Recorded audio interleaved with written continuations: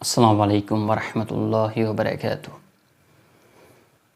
پچھلی ویڈیو میں ہم نے یہ جاننے کی کوشش کی کہ اچھے خواب آنے کی کیا وجوہات ہیں اور اچھا خواب کب آتا ہے اور کس وجہ سے آتا ہے۔ آج ہم اس ویڈیو میں یہ جاننے کی کوشش کریں گے کہ برے خواب کس وجہ سے آتے ہیں۔ برے خواب کی 3 ایسی نشانیاں ہیں جس کی وجہ سے ہمیں برے خواب آتے ہیں، اور اس ویڈیو میں ہم یہ بھی جاننے کی کوشش کریں گے کہ اگر برا خواب آ جائے تو ہمیں کن وجوہات پر عمل کرنے چاہیے اور وہ کون سے آداب ہیں جن پر ہمیں عمل کرنا چاہیے۔ تو سب سے پہلے 3 بنیادی نشانیاں جس کی وجہ سے برا خواب آتے ہیں وہ یہ ہے۔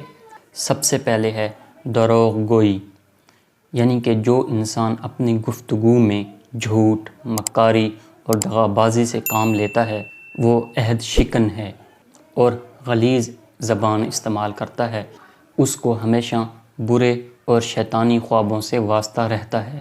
نیند میں ڈرنا اور حواس خواستہ ہو جانا ان کا معمول بن جاتا ہے۔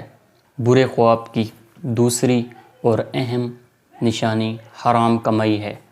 دن رات حرام رزق کمانے والا اور ہمیشہ حلال اور حرام کی تمیز کیے بغیر روزی کمانے والا انسان بھی شیطانی دراندازی کا نشانہ بنا رہتا ہے۔ برے اور شیطانی خواب بڑی آسانی سے اس کی نیند میں درپیش آتے ہیں، کیونکہ حرام کمائی اور حرام روزی بھی برے خوابوں کا سبب بنتی ہے۔ اور برے خوابوں کی تیسری نشانی یہ ہے کہ گناہوں کا ارتکاب۔ اللہ اور اللہ کے رسول صلی اللہ علیہ وسلم کی نافرمانی، گناہوں کی سیاہ اور عمیق دلدل میں گرا ہوا انسان شیطانی خوابوں کی اماجگاہ بنا رہتا ہے۔ تو یہ 3 بنیادی وجوہات ہیں اور 3 بنیادی نشانیاں ہیں جن کی وجہ سے ہمیں برے خواب آتے ہیں۔ اب اگر برا خواب آ جائے تو ہمیں کیا کرنا چاہیے؟